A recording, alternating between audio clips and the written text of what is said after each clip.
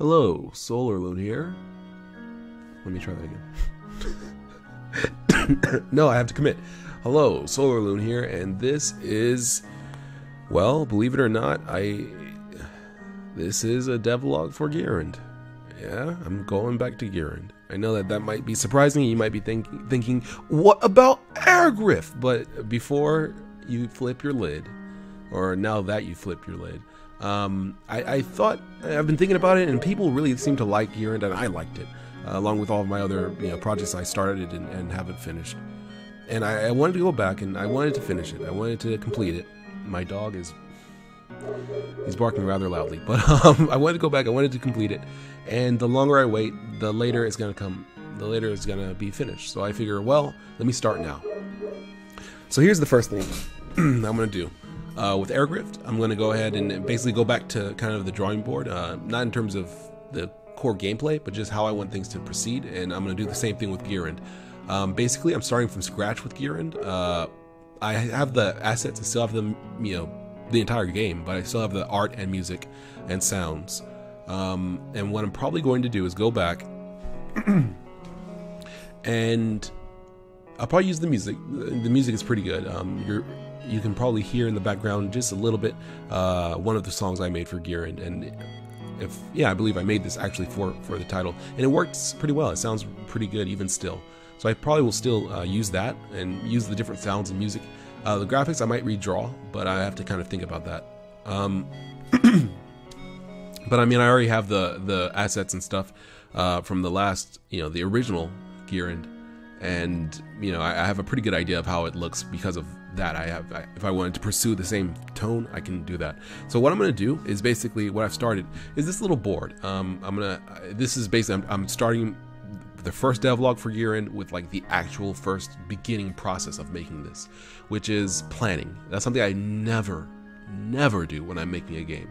Is plan, like really plan, really think it out and think about how is this going to go, how big is it supposed to be, what is a whatever. What is a unit? What is a, whatever it is supposed to be for an adventure game or a Metroid like Gearend. I never really said like how big is the world supposed to be. So that's what I'm gonna start with, because that's kind of the boundaries of everything. So what I have here is basically 2 sheets and an Excel spreadsheet. Well, it's not an Excel spreadsheet. It's an open office calculator spreadsheet, or calc spreadsheet.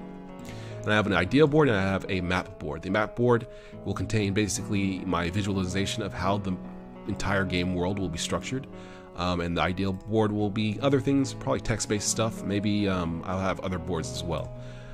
So the idea is basically I can kind of give myself a clue as to the general shape, size, and layout of the positions and orientations of things. So I can say, okay, here's the start, here's the hub. If I say, oh, I want it to be a little further out, then I can go ahead and I can do that and move the hub somewhere else. And this isn't perfect, it's a little clumsy, but it'll work fine. I have a little kind of, you can say, legend here that says basically one cell, each one of these cells is equal to 1 screen size, and I want each zone to be 12 cells large in any direction. So for example, if we were supposed to have some sort of tower that is a zone, it would be 12 cells, so it'd be up here like this. This is it doesn't say how many cells, but this is 9 cells apparently. 4, 8, 9, yeah. 1, 2, 3, 4, 5, 6, 7, 8, yeah. So I could, pretty much say, okay, I want it to be this big, or I want it to be that big, or this is the way I want it to be shaped. I can meld together certain cells like that, so I can give myself an idea of the shape. This is supposed to be one big screen where the screen can scroll inside of this boundary. This is a single room that is just the screen is locked to this location. Now the reason why this is useful is basically I'm giving myself a canvas to work in, so I can look at this and I can say, okay, this is too big, or okay, this is too small. And when I actually go to make the game, I can look at this map and see, okay, I'm supposed to have 3 screens here by 2 screens here, and then 1 screen over, and that's where the hub town is, and it's 1 screen large, or it's 3 screens large, or it's 6 screens large. However I want to have it. However I want to have it laid out. So that is basically the key to planning. Planning this game is, well, for a Metroid like, is kind of writing down in some format, planning in some format the size and shape of the game world, because implementing game mechanics is not difficult. That's not the hard part. Thinking up, oh, I want a grappling hook, or oh, I want something, even if it's like a grappling hook, something I've never done before, you just hack away at it until you do it, and most things you've done already. But when it comes to world design, when it comes to making levels, that kind of stuff can't be just happenstance. It can't just be what you feel like doing. It has to be grounded in some sort of logical arrangement, especially for a Metroid-like, because things need to loop back and come back around. So that's the general idea, is I'm going to go ahead and basically take a couple of days to get this through and plan out the shape of the world. I'm not going to make this very large, and I'll say why in a little bit. Well, I guess I'll say why now. Basically, I'm also setting a schedule that I'm going to adhere to, hopefully. And let's do that here. Let's go ahead and make a schedule. And this schedule will basically represent how we want things to go. So we say, okay, we want this to be done by some date. We want this to be done by some point, and we're giving ourselves so much time to get it done. So this will be our schedule. We're going to have the month here, and we're going to have, I don't know, we'll say the tasks here. Is that how it should go?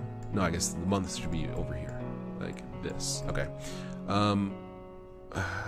Something like that. Whatever. Anyway, I don't quite remember, like, how, I'm trying to, okay. Whatever. I'll say month and task. Month/task. Now, the idea is that basically I'm making this schedule so I can keep an eye on how things are going. I'm sorry, je parle français. Je commence à type. I'm learning French. I started to type février. February. Okay, February. So we'll just say Feb. So the idea basically is that we can, or I can go ahead and block out how I want my schedule to go. So the idea, I think February, March, April, May, June, July. I want it to be done by July. That's surprising because I spent so much time, as you well know, on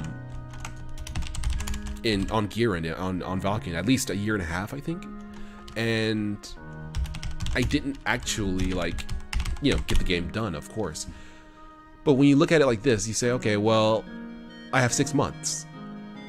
So that means every month I should have a month's worth of progress, and I know how much I need to get done that month. When I look at the map board, I see, okay, I have so many zones. I know basically how to schedule this out so that I get each zone done by the end of the month. So by the end of July, I should basically be done with the game. That's the goal, is basically give myself a schedule, plan it out, get it done.